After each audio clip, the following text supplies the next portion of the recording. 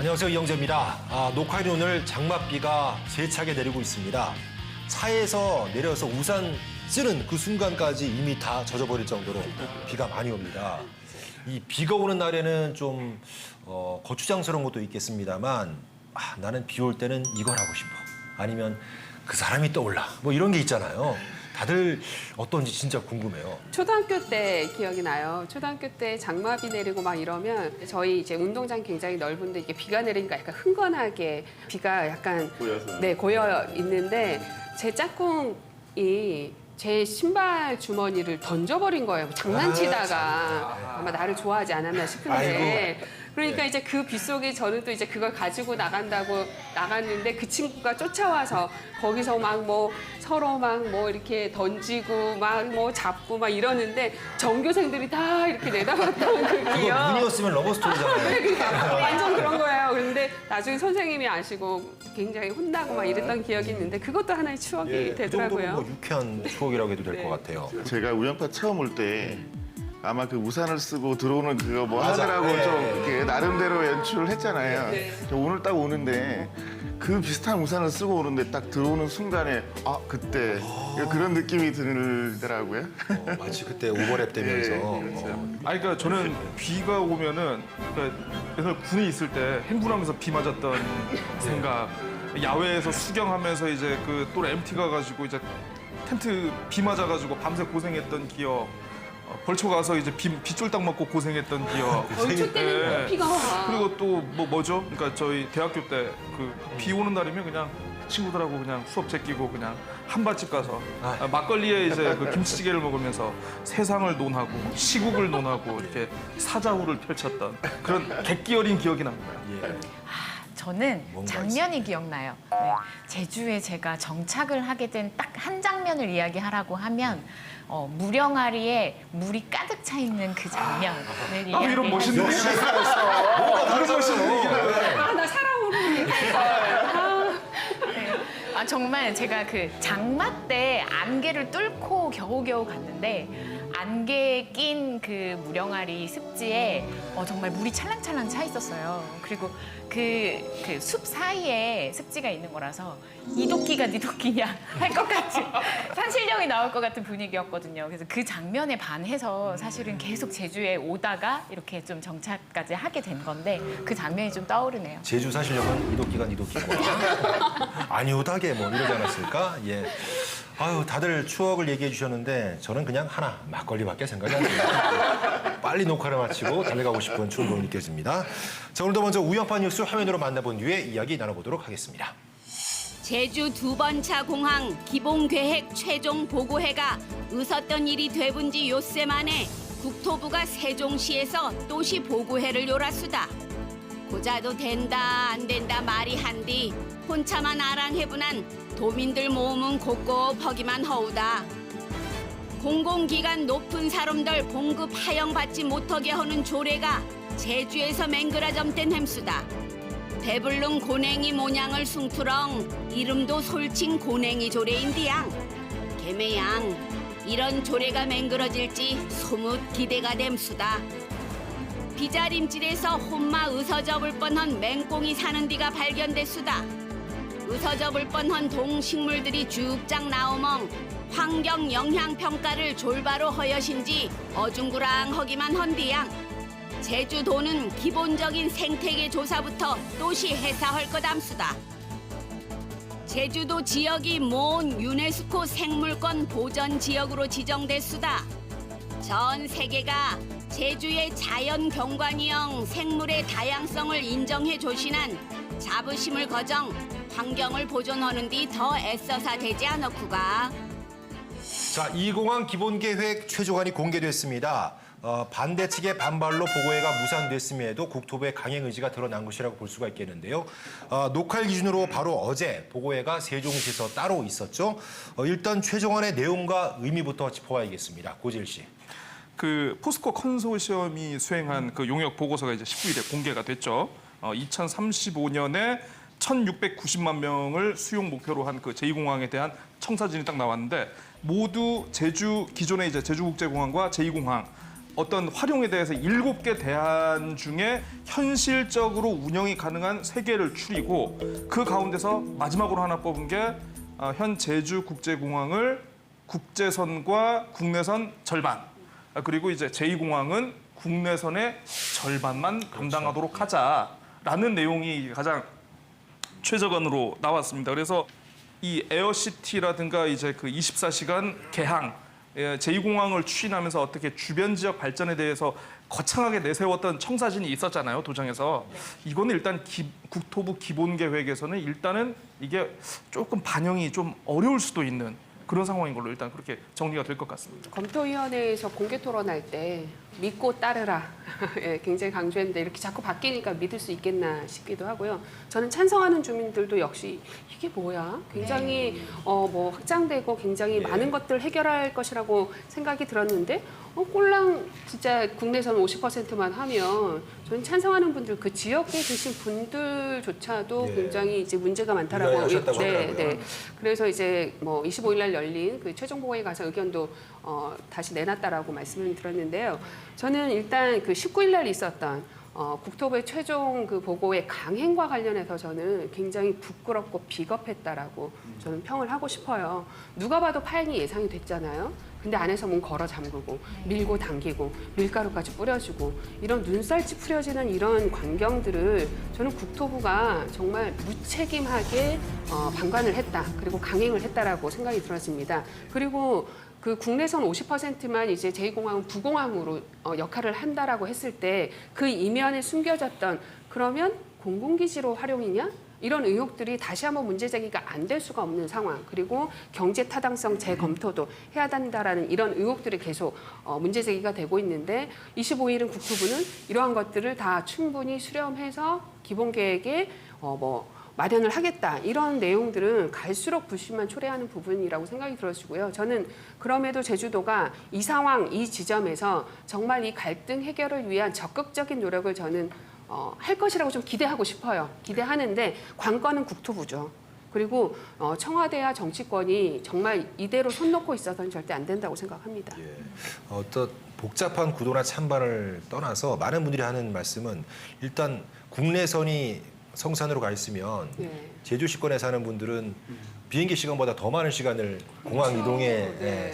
좀 써야 되지 않느냐 그런 얘기를 많이 하시더라고요. 원래는 이제 축구장 엄청 큰 이제 축구장을 하나 지으려고 했는데 결국 봤더니 족구장으로 활용하는 거냐 축구장을 마치 그런 비판은 있어요. 비판이 있는데 제가 보는 거는 그때 그 최종 보고의 그 용역 보고서에도 보면 밑에 이렇게 써진 게 기본계획 그 용역은 고시 전까지 이제 변동될 수 있다고 했거든요. 뭐 기본적으로 그게 확정된 건 아니고 고시하기 전까지는 여러 가지 내용들을 새로 넣을 수도 있어요. 좀 달라진 게 보니까 항공 수요 예측 관련해서 좀 달라진 부분이 네. 좀 그 정도 예측 수요에 이만한 공항을 지어야 될까 이런 부분 논란이 소지가 좀 있긴 한데 기법과 시점에 따라 좀 달라질 수 있는 거기 때문에 600만원 수요가 줄어든 것이 기본적으로 현재 공항의 그 이제 포화 상태라서 활주를 더 늘려야 한다 그런 기본 전제를 무너뜨리는 건 아니다 이런 생각은 좀 들고요.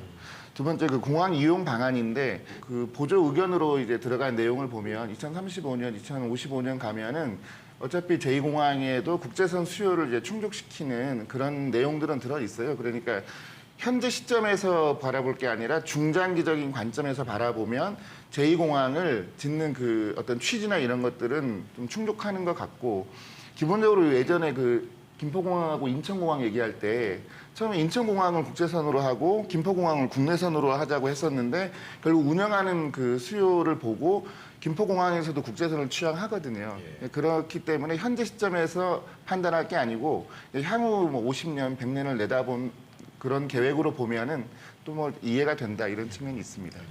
50년 뒤에 100년 뒤에 필요한 시설이라면 사실 50년 뒤에 살아야 할 청소년들 그리고 청년들에게 의사결정권이 있어야 된다라는 생각을 하고요. 이렇게 전문가 중심으로 계속해서 기본 계획을 발표를 하고 그 내용도 계속 이제 무슨 뭐 싸이 노래처럼 이랬다가 저랬다가 장난하는 것도 아니고 이 4조짜리 사업을요. 이렇게 국토부가 이렇게까지 강행을 할 것은 무엇인가 좀 생각을 해봤는데 국토부의 그 예산서를 보면요. SOC 사업 계정들이 있어요. 도로, 철도, 공항 이런 계정들이 다 있고 거기에 배정된 예산들이 있습니다. 근데 지금 공항 같은 경우엔 전국에서 공항이 그렇게 지어질 예상이거나 한 곳이 그렇게 많지가 않습니다. 지금 가장 뜨거운 곳이 김해공항 그리고 제주 제2공항인데요.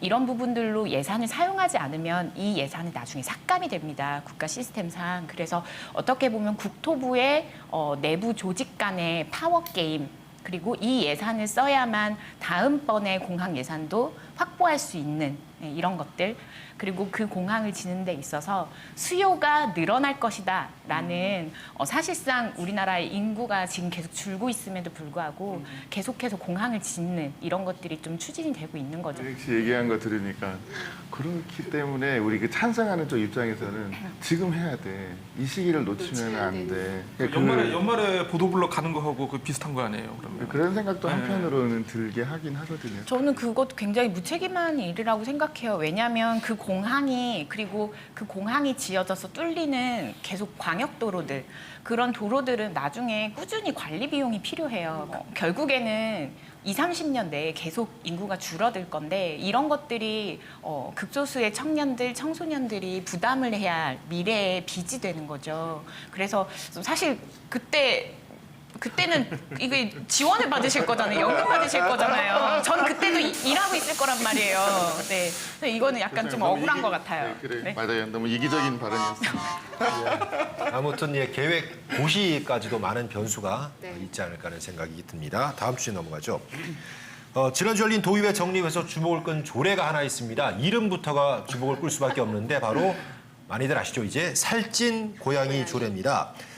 공공기관 임원들의 연봉을 어느 정도로 상한선 두겠다 이런 게 주 내용인데요. 유사한 조례가 부산시에서 가장 먼저 제정됐는데 과정에서 반발이 상당히 심했다고 합니다. 박주희 씨, 살찐 고양이 조례 필요하다고 보시는지? 네, 필요하죠. 일단 살찐 고양이 뭐야? 무식어랑 고양이가 뭐 무슨 잘못을 할 수 있을 것 같아서 제가 좀 설명을 드리면요. 살찐 고양이가 그 정치 자금을 많이 내는 부자 그리고 탐욕스럽고 배부른 부자들을 칭하는 말입니다. 근데 왜 살찐 고양이가 이렇게 나쁜 뜻이냐? 이게 라임인 거예요.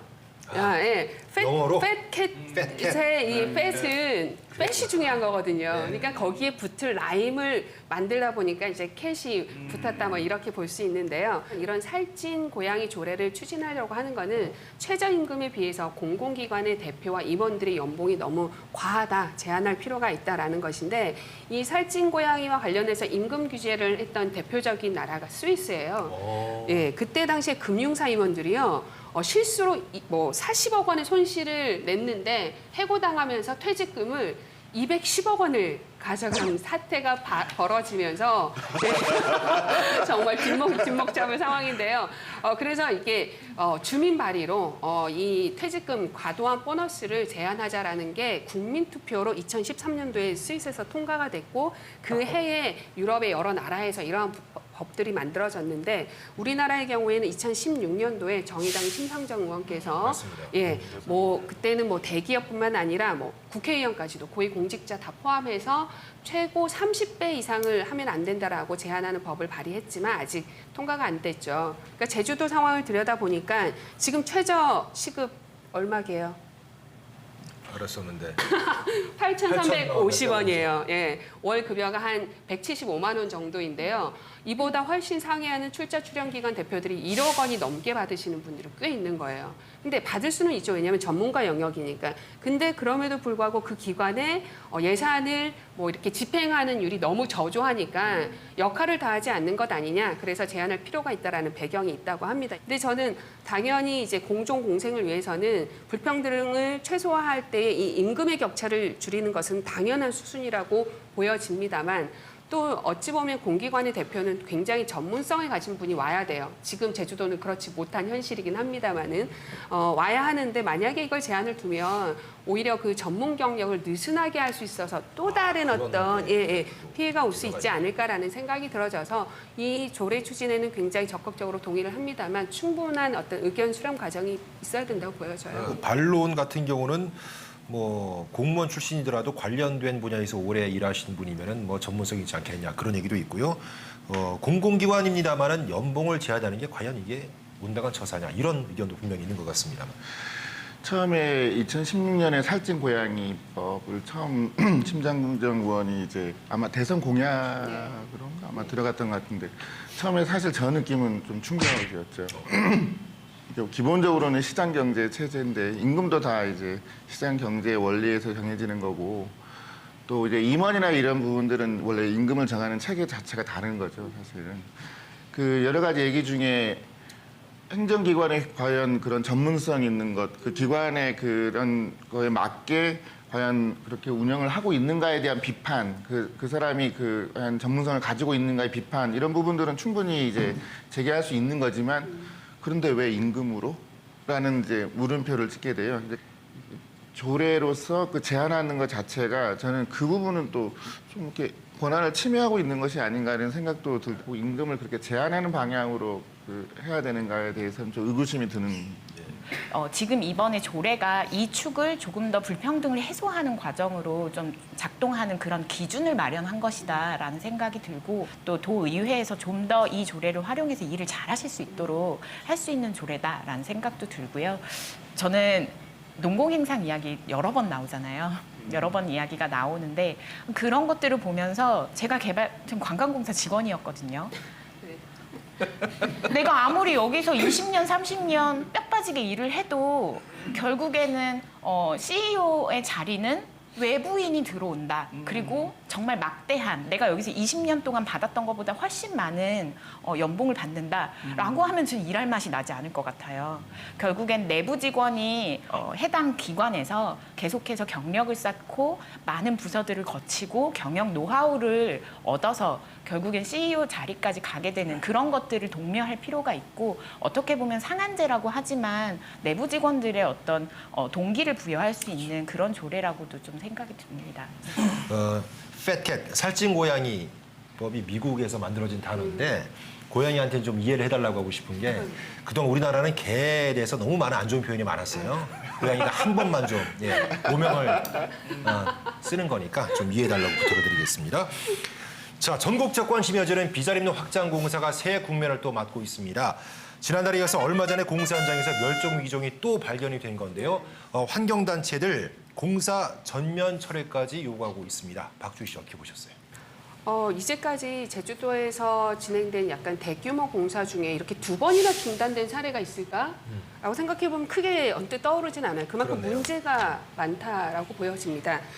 다들 아시겠지만 지난해 8월이었죠. 비자림로 공사 들어가면서 900여 그루의 삼나무가 잘려나가는 사진이 이제 전국적으로 이제 뭐 확산되면서 환경 훼손에 대한 문제가 강하게 제기돼서 닷새 만에 이제 중단이 됐고 그래서 보강 대책으로 생태도로 만들겠다. 그래서 이제 3월에 다시 공사가 재개됐는데 다시 이렇게 멈췄어요. 네. 그 이유가 팔색조, 뭐죠? 애기 풀 새똥구리 그리고 뭐 맹꽁이 서식지 또 최근에는 뭐 황칠나무도 100년대 황칠나무도 뭐 절단되는 뭐 이런 현장도 포착이 됐고 또 더더군다나 소규모 그 환경영향평가가 부실하다라는 의혹까지가 제기가 되면서 실제 5월 30날 이게 중단된 상태예요. 저는 예전에 우리가 비자림로 다룰 때 주민들의 수건 사업입니다. 그리고 또 일방적으로 행정에서 추진하는 게 아닌 부분은 조금 뭐 고려할 필요가 있지 않나라는 입장이었는데 제2공항처럼 이렇게 추진되는 과정에 의혹이 있다라고 한다면 당연히 멈춰야 되고 그 길을 다시 가기 위해서는 정말 전 도민이 그래 그럴 수 있겠구나 고개 끄덕끄덕 낄 만한 의혹을 풀고 가야 된다고 보여져요. 그래서 저는 조금 더 늦추는 한이 있더라도 명확하게 진실을 좀 규명하고 또 환경 훼손을 최소화하는 방향 그리고 저는 뭐 멈추면 좋겠습니다만은 일단 사람과 환경이 또 어우러져 가는 길은 또 필요하다라고 보여지기 때문에 다만 좀 전향적인 재검토가 좀 필요한 시점이라고 좀 보여집니다. 예. 사실은 행정에서 조금 더 저는 행정에서 정말 많은 실수를 했다고 생각을 하는데요. 이렇게까지 진행이 되는 데 있어서는 행정이 정말 소통을 하지 않았다는 생각을 합니다. 지금 공사가 재개됐을 당시에 활동가들이 그리고 많은 시민들이 생태 통로라도 만들어 달라라고 요구를 했어요. 근데 그런 것도 생태 통로 안을 만들어 와라라고 시민들에게 일을 시켰습니다. 네. 그러면 여기 해주겠다. 뭐 이런 방식으로 소통이 좀 이루어졌었고 사실 그런 부분들에 이해할 수 없다. 그렇다면 우리가 전면적으로 우리가 조사를 하겠다라는 그런 시도가 좀 있었던 거고 지금과 같은 결과가 나온 거예요. 이번에 소규모 환경영향평가가 굉장히 부실했다라는 논란이 좀 불거졌는데 그 의혹들을 좀 살펴보면 정말 고개가 끄덕끄덕 될 법한 정말 이런 부분들이 많아요. 일단은 전체적인 평가에서 이런 이야기가 나옵니다. 보전 가치가 있는 지역은 아님. 각종 보호, 야생, 동식물의 서식지는 없는 것으로 조사됨. 경관에 대한 영향은 미미한 것으로 검토됨으로 검토한 그 결과가 환경영향평가에 있었고요. 그리고 세부적으로 보면 조사표 자체가 똑같은 내용으로 들어가 있다거나 시간이 동일한 시간에 어떻게 동일한 시간에 다른 지역을 검토를 할 수 있는지 이런 사실상 말이 안 되는 그런 조사표들이 계속 겹치면서 거기에 살아있는 어떤 그러니까 다양한 생물들에 대해서 전혀 명기가 되어 있지 않은 이런 부분들이 있어서 이것은 확실히 거짓된 보고서다 이렇게 좀 볼 수 있고 오히려 그 현장에서 애기뿔 새똥구리를 찾으러 다니고 비바리뱀을 찾으러 다니고 팔색조 울음소리를 찾으러 다녔던 시민들이 더 전문가였다 이렇게 좀 생각이 들고 지금 소규모 환경영향평가가 너무 부실한 부분에 대해서 문제 제기하는 분들은 이제 법적인 조치까지 고려를 하고 있고 전수조사가 도내에서 돼야 된다 이런 것들이 한둘이 아닐 거다라고 얘기를 하고 있습니다. 그래서 저는 그것들을 보면서 제주에 정말 한두 군데가 아닐 것 같고 지금 도의회에서 행정사무 조사를 지금 하고 있듯이 이런 부분들을 어떻게 보면 지금의 제주도의 청년 일자리 사업으로 이런 환경영향평가를 청년들이 직접 한다거나 이런 검토하는 부분들을 좀 정말로 도민들이 직접 좀 같이 공생을 하면서 살펴보는 이런 사업들을 오히려 좀 추진해 볼 수 있지 않을까. 그게 자연과 사람이 공존하는 청정 제주에서 할 수 있는 사회적 일자리가 아닐까라는 생각도 좀 들었고요. 환경 영향 평가에서 동물 전문가가 한 명도 없었다 이런 얘기도 있었잖아요. 전문가가 예. 뭐 했다고 하더라고요. 그러니까 정당한 절차를 거쳐서 만들면 좋은데 우리나라는 보면 이 평가 용역 이 자체에서 부실한 것들이 너무 많은 게 아닌가 안타까운 생각이 참. 저는 이제 다른 문제점보다 맹꽁이 얘기가 나왔을 때 네. 그 천성산의 그 도롱뇽 얘기가 딱 떠오를 수밖에 예. 없었어요. 사실 2004년도에 지유수님의 그 아주 장기간의 단식과 환경단체들의 삼보일배도 있었고 공사중지 가처분 소송으로 인한 아주 단연간의 공사 중단이 있었죠. 그때 취지는 뭐냐면 천성산 터널을 공사를 강행함으로써 그 도롱뇽의 서식지가 파괴될 것이다라는 거였잖아요. 근데 지금 현재 또 가보면 그런 도롱뇽의 서식지는 그대로 살아있고 알도 이렇게 나있고 이렇게 하거든요. 그러니까 결국 그 부분에 영향은 있을 수 있지만 그런 생명력의 힘으로 어떤 공간, 본인 살아갈 공간들을 찾아가는 힘이 동물들에게 저는 있다고 보이거든요. 있겠죠. 일단 네. 그런 생각이 들면서 이번에 이제 맹꽁이 같은 경우에 서식지가 발견됐는데 이 부분도 사실 하면서 영향은 받겠죠. 그런데 그 맹꽁이들도 자체 생명력의 힘으로 그 부분 뭐 이렇게 찾아갈 수 있지 않을까 이런 생각도 좀 들어보긴 해요. 근데 문제는 아까 환경 영향 평가가 부실했다는 부분, 그 부분은 맞는 것 같고요. 그래서 그러면 이참에 어떻게 할까? 그래서 현재 시점에서 좀 과학적 조사는 좀 해야 되겠다라는 생각은 들어요. 그래서 과학적 조사를 통해서 서식지가 얼마나 있고 우리가 보호해야 될 동식물들이 얼마나 파괴될 것인가 이런 부분을 분명히 조사를 해야 될 것 같고 또 그거를 또 그 보전하는 방안도 같이 제시하면서 진행하는 사업으로 이렇게 가야 되지 않을까. 신속하게 과학적 조사를 통해서 그 부분에 대한 방안을 마련하는 게 좋겠다 이런 생각을 해보았습니다. 아니되옵니다 라고 얘기를 할 수 있는 사람이 왜 제주도정에는 없는가? 아니, 그러니까 생각을 해보면 이 어떤 다양한 어떤 환경 보전적인 가치 그리고 어떤 도로 확장과 주민들의 편의에 대한 가치에서 서로가 서로의 입장에서 주장을 할 수 있는데 그 사실 우리 그렇잖아요. 정부에서도 뭐 우리 자주 얘기하는 국토교통부라든가 뭐 국방부라든가 뭐 해양수산부라든가 이렇게 뭔가 개발을 하려는 부서가 있고 그 개발을 못하게 하는 부서 환경부가 또 있지 않습니까? 그러니까 이게 제주도도 좀 비슷해요, 이게. 그러니까 뭐 예를 들어서 뭐 그 건설과 관련된 부서가 있고 환경보전국이 있고 그런데 왜 환경보전국은 이 비자림 문제, 어떤 환경 파괴의 문제에 대해서 아무런 얘기를 못하고 어떤 이 환경 영향 평가에 대한 어떤 사후 점검이라든가 요런 모니터링에 대해서 왜 이 사람들은 뭔가를 못하고 있을까? 그러면 이 환경보전국이 아니라 좀 심하게 얘기하면 환경 파괴국이 아닌가. 예. 좀 뭔가 아니되옵니다라고 얘기할 수 있는 사람이 좀 있었으면 좋겠다. 뭐 이런 생각입니다. 네. 자, 어쨌든 뭐 비자림도 관련해서는 환경 영향 평가가 부실했다는 거는 많은 분들이 동의를 하시거든요. 철저한 재검증이 있어야겠습니다. 자, 그밖에 또 관심 있게 본 뉴스가 있으시다고 들었습니다. 최근에 제주에서 있었던 참 끔찍한 사건 중에 참 그 얘기를 해도 되겠죠? 예, 뭐 그 저 고유정 전 남편 살해 사건 관련해 가지고 유독 단독 기사가 많이 보였던 것 같지 않나요? 예, 뭐 어디에서 뭐 했다 이런 정말 사건의 본질과는 관련 없는 어떤 그 자극적인 제목의 단독 기사들이 굉장히 최근에 많았던 것 같아요. 그런 뉴스가 주로 보면 이제 제주 지역 기자들에 의해서 생산된 게 아니고 정말 여기와는 상관없는 서울 지역, 다른 지역의 어떤 그 온라인 매체들에 의해서 많이 생산되고 자극적으로 보도되고 이게 또 그 사건의 본질을 굉장히 완전히 왜곡시켜버리는 굉장히 이걸 소모적인 그런 자극적인 소재로 이용되는 게 굉장히 안타까웠다라는 그런 생각이.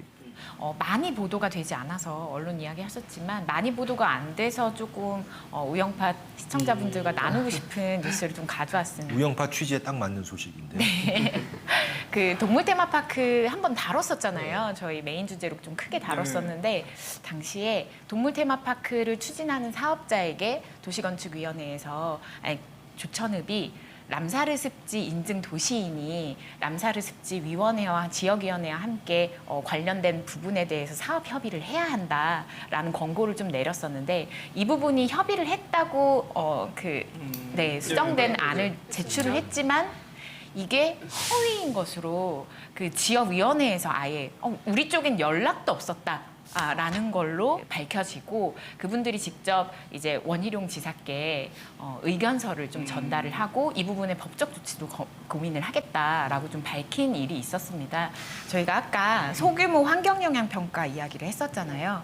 사실 그동안에 이런 것들이 없었을까라는 의구심이 이걸 보면서 또 다시 든 거예요. 왜 이렇게 인허가 과정에서 자꾸 놓치는 부분들이 행정에서 발생을 할까라는 그런 생각을 하면서 좀 지켜볼 수 있었고 이런 부분들도 지금 좀 살펴봐야 되지 않나. 이런 것들은 과연 도의회에서 얼마나 좀 짚어보고 있을까라는 그런 생각이 들어서 이 뉴스를 좀 꼽아봤습니다. 그렇습니다. 참 여러 소식들이 많습니다. 좋은 소식이 많았으면 좋겠는데. 자, 우영파 뉴스 함께 하셨고요. 계속해서 오늘의 메인 토크로 넘어가겠습니다. 사업 헐돈 5조 원, 사업 헐뛴 한락산 허리, 4,000개 방이 넘는 숙박시설이형 골프장으로 고득 채워질 오라 관광단지. 현재 제주도의회에 환경영향평가 마지막 의견만 남겨동 자본 검증 절차를 봅는 중인데야. 투자를 졸바로 할 수 있을지 알아보젠 이돌 말까지 사업 헐돈 호금을 제주도 지정 계좌에 보내는 허여신디 고자 아무런 소식이 없수다. 투자할 모험이 이신 건지 아니면 또남 모심이 이신 건지 지켜보는 도민들은 소뭇 궁금하우다 예.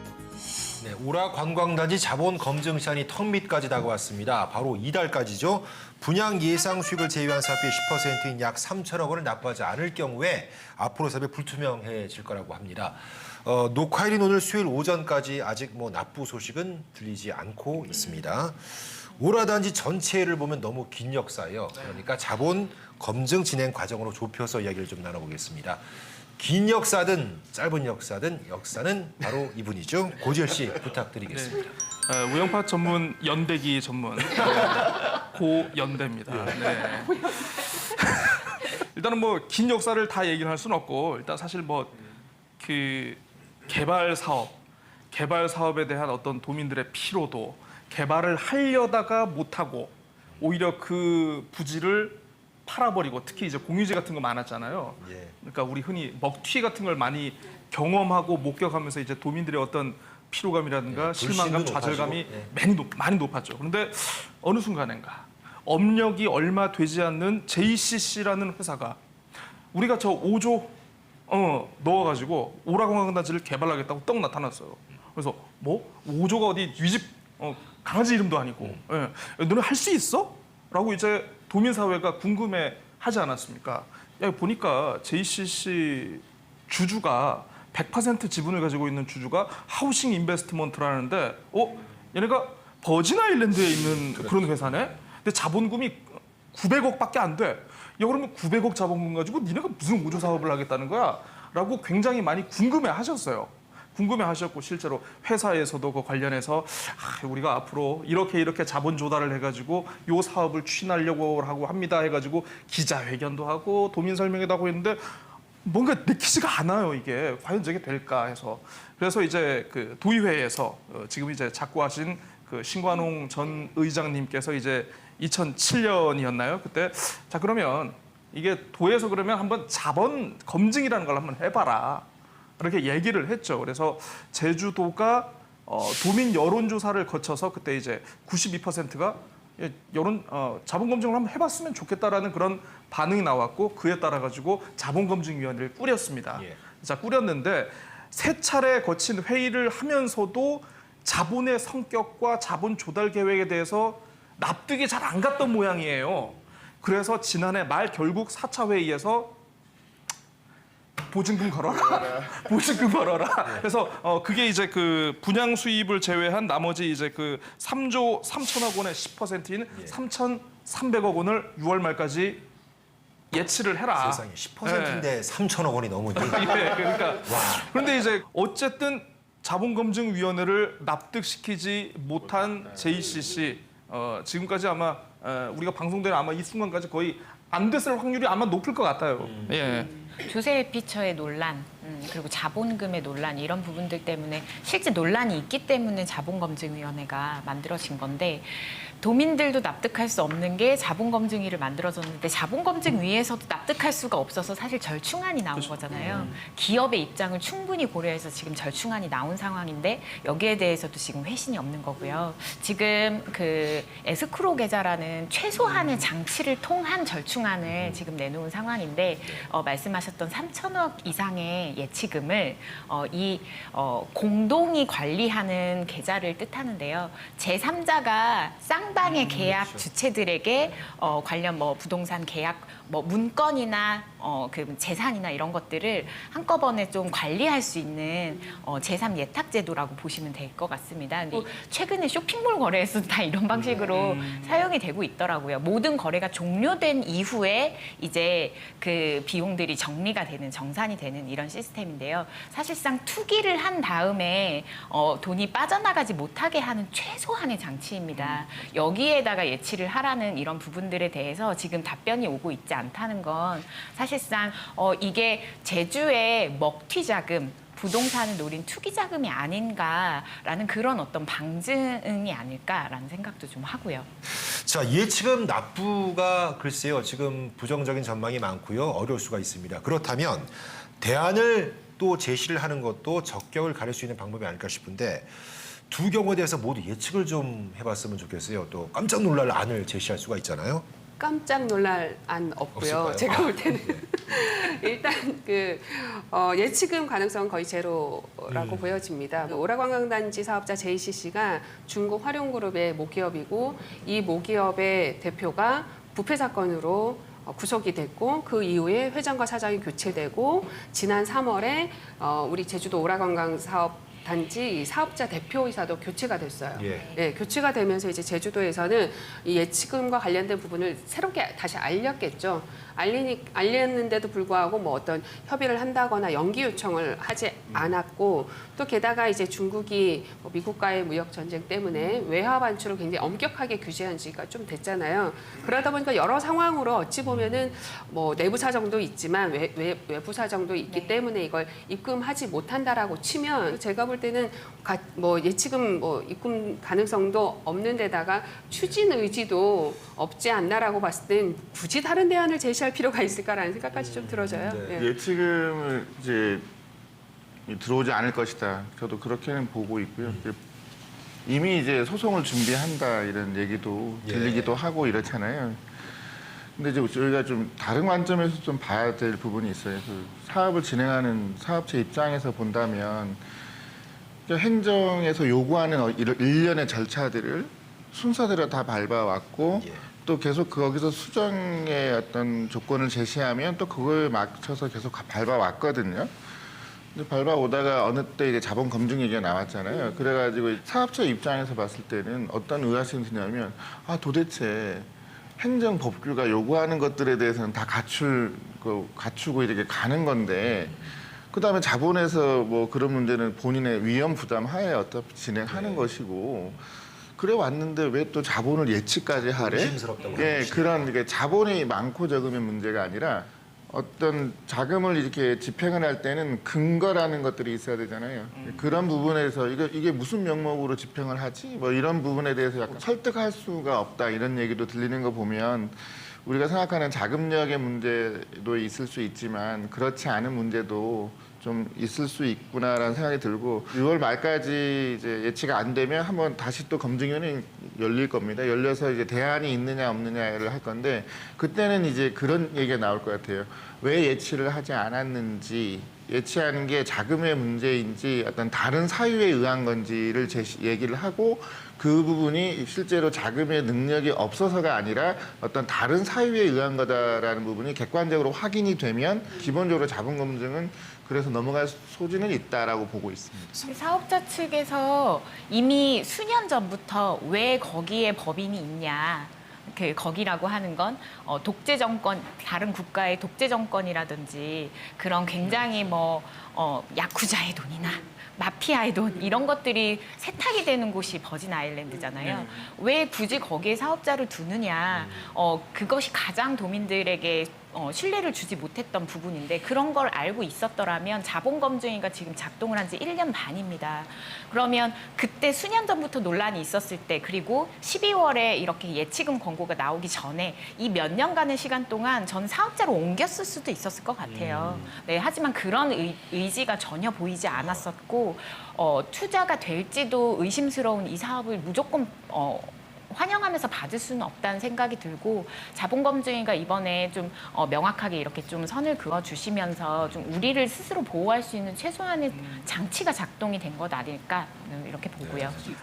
자본에서든 뭐든 아무튼 저 회사의 어떤 연혁이든 간에 이게 지역사회에서 제기되는 의문과 문제에 대해서는 어쨌든 사업자는 그에 대해서 충실히 답변할 의무가 있고 어쨌든 해소가 되지 않았기 때문에 최종적으로 요구한 게 아까 말씀하신 그 예치금이었거든요. 근데 그걸 못했다는 건 좀 글쎄요 이제 사업자의 사업 의지를 한번 의심을 해봐야 되지 않나. 그래서 어쨌든 입금하느냐 마느냐 여부 관계없이 자본검증위는 내달 중에 검토 보고서를 작성해서 제출을 해야 되는 것 아니겠습니까?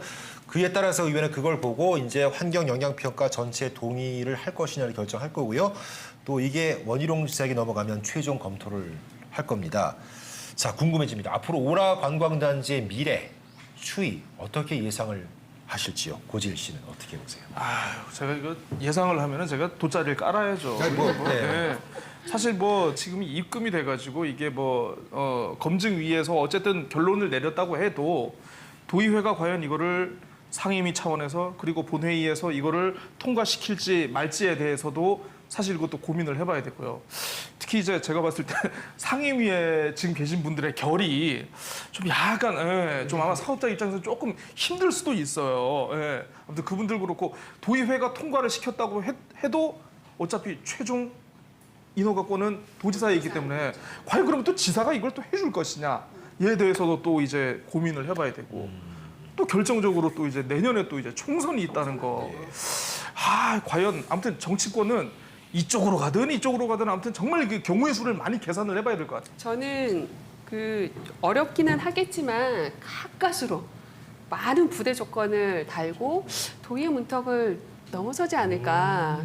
왜 이런 생각을 하냐면 10대 도의회 때 자본검증에 대한 문제, 오라건강산업단지 이 앞으로에 대한 어떤 이런 개발에 대한 문제점들을 좀 더 명확히 짚고 넘어가자인데 이걸 제11대가 공을 받았는데 결국에는 우리가 지금 뭐 송악산이라든가 동물 테마파크라든가 이런 것들은 이제 최근에 근래에 들어서야 막 나오는 대규모 개발 사업인데 이 부분은 굉장히 오래된 사안이란 말이에요. 그래서 그것으로 봤을 때는 의회 내에서도 의견이 굉장히 분분할 것 같고 결국에는 최종 결정권자는 원희룡 지사이기 때문에 우리는 여러 아주 뭐 엄격한 부대 조건을 달고 일단 통과를 시키고 공을 다시 제주도로 넘길 것 같은데 원희룡 부지사의 입장을 제가 조금 이렇게 살펴보면 굉장히 좀 약간 부정적인 입장이 있는 것 같아요. 그 법적 근거가 있느냐라고 물었을 때도 명확한 조항은 없지만 어떤 투자 적격에 대해서는 최종 결정권자의 권한이고 자본 검증은 그 중에 하나일 뿐이다라고 굉장히 그 강력하게 주장을 해요. 그래서 이 자본검증위원회에서 최종 보고서가 어떻게 나올지 모르겠습니다만은 원희룡 도지사 입장에서는 약간 적극적으로 신속하게 추진할 의지는 또 없어 보인다는 생각입니다. 예측만 해본다면 이미 그 사업 주체 쪽에서도 이미 좀 어렵겠다라고 생각하고 하는 그런 분위기도 좀 읽혀지고요. 두 번째는 지금 그 제2공하고 관련된 이 그 갈등과 이 부분들이 워낙 첨예해지고 있을 때 이 오라가 거의 그 규모를 넘어가는 정도거든요. 일단 기본 사업비 자체는. 게다가 또 중산간에 대한 부분, 물론 이제 그게 산록도를 넘어가진 않았지만 거의 접해 있어서 어느 정도로 환경의 완충 지역으로서 역할을 해야 되는 어떤 그런 부분이 많이 공감을 얻는 부분이거든요. 현 시점에서 바라볼 때는 굉장히 개발과 그런 부분에 대해서 도민의 어떤 그런 반발을 할 가능성이 아주 높은 이 와중에 제2공항 문제를 해결해야 될 도지사 입장에서 의회에서 통과된다 하더라도 과연 이거를 추진할 수 있을까? 라는 면에서 좀 부정적으로 저는 보고 있습니다. 사실 뭐 말씀하셨던 부분들에 대한 전망 저도 동일하게 생각을 하고요. 그리고 들어왔을 때 도민들의 삶이 전 나아질 거라고 생각을 하지 않기 때문에 당연히 도지사가 그런 결정을 해야 한다라는 생각을 합니다. 지금 이렇게 오라관광단지가 이렇게 중턱에 들어오는 것 그리고 굉장히 대형으로 마라도 저는 사실 감도 안 잡혀요. 감도 안 잡히는 그 대형 단지가 들어오게 되면 사실 지금의 신제주는 어떻게 보면 통과하는 곳이 됩니다. 지금 제주가 전체적으로 경기가 좋지 않은데 이런 경기의 어떤 수축 국면에서는 전체적으로 상권이 살아나는 것이 아니라 손님들을 빼앗는 구조로 경쟁을 하게 되어 있거든요. 결국엔 지금에 있는 상권들, 지금에 있는 어떤 신제주의 여러 가지 뭐 도심권의 그런 것들이 좀 많이 흔들리게 될 것이다. 이거는 제주도 전체적으로 좋지 않다. 이런 생각이 들고 10년, 20년 뒤에 제주도가 이렇게 바로 시내권에 이런 것들이 들어섰을 때 또 부동산 가격은 어떻게 될 것이며 그때 신혼집을 얻어야 될 청년들은 얼마를 대체 지출을 해야 할 것이며 이런 것들을 좀 고려해 봤을 때 저는 도지사께서 좀 현명한 결정을 내리실 거라고 보고 있습니다. 알겠습니다.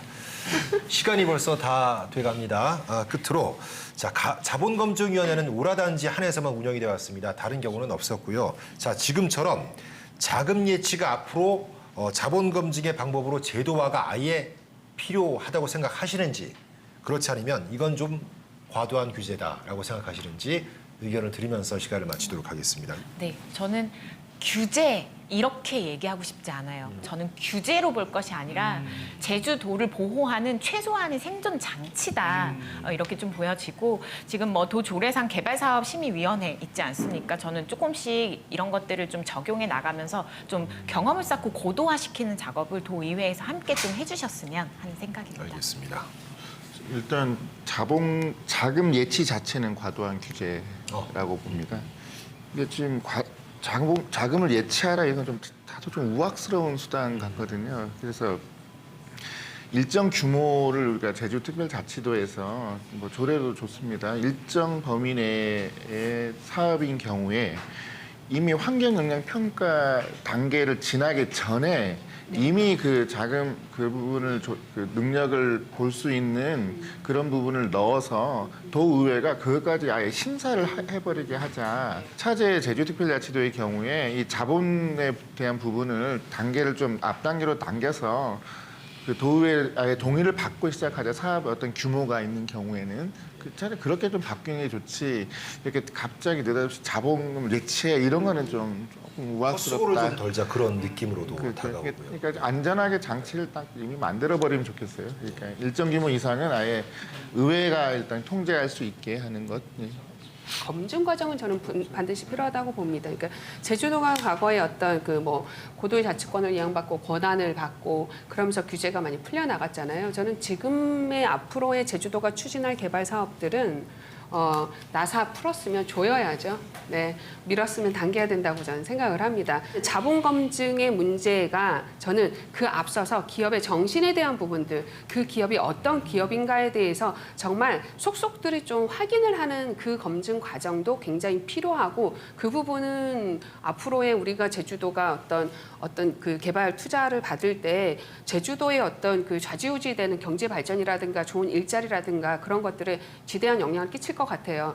건전한 자본이 어떻게 들어오느냐는 그 기업이 얼마나 건전하고 튼실하고 사회적 가치를 잘 지키고 있는가 이런 것들에 대한 엄격한 기준이 필요하고요. 좀 종합적으로 판단해서 좀 규제 잘 했으면 좋겠습니다. 네. 회장이나 뭐 사업 책임자, 네. 면접, 인성평가, 도민들을 대상으로 이런 것도 네. 범죄 기록. 진짜 네. 제 점수는요? 끝으로 고재일 씨. 이번 오라단지 같은 경우에 이게 이때껏 제주에 없었던 워낙 큰 사업이고 자본 자체도 워낙 많이 투입이 되는 것이고 이게 또 환경 파괴 논란이라든가 이제 그 한번 개발이 되어버리면 그 불가역성이라고 하지 않습니까? 그런 것이 여러 가지 문제가 복합이 되면서 이게 도민들의 정서를 자극한 면이 없지 않아 있고 그에 따라서 분명히 어떤 자본 검증이라든가 그리고 이제 그 예치금 요구한 게 어떻게 보면 이게 행정이라든가 도의 어떤 도민사회의 독단이 아니고 그에 충분한 어떤 사전적인 이유와 배경이 있었기 때문에 이럴 수밖에 없었다라고 보거든요. 그래서 어떤 상황과 개발 규모, 조건에 따라서는 이걸 충분히 이제 제도로 만들어서 활용할 필요가 있지 않을까. 예, 이렇게 생각합니다. 예. 의견 잘 들었고요. 우라 관광단지 오라고 하게 될지 가라고 하게 될지 결정할 시간이 이제 얼마 남지 않은 것 같습니다. 자, 네 분 수고하시고 다음 시간에 다시 인사드리겠습니다. 안녕히 계십시오. 우영. 지금 이제 작고하신 그 애플의 스티브 잡스, 예, 그리고 저 페이스북의 그 저커버그, 그리고 그 지금은 퇴임하셨어요. 아마 그 중국의 알리바바 마윈 이분들의 연봉이 다 1달러예요. 1달러. 그리고 나중에 이제 경영이 성공하면 이제 스톡 옵션으로 이제 그에 상응하는 보상을 받았죠. 예. 그러면 우리 저 도내 공기업들은 한 4달러? 우리 저 이영자 아나운서도 한번 고민을 심각하게 한번. 데려갈 데가 없어요, 저는. 그러니까 KBS 사랑합니다. 데려갈 데가 없어요. 큰일 나려고.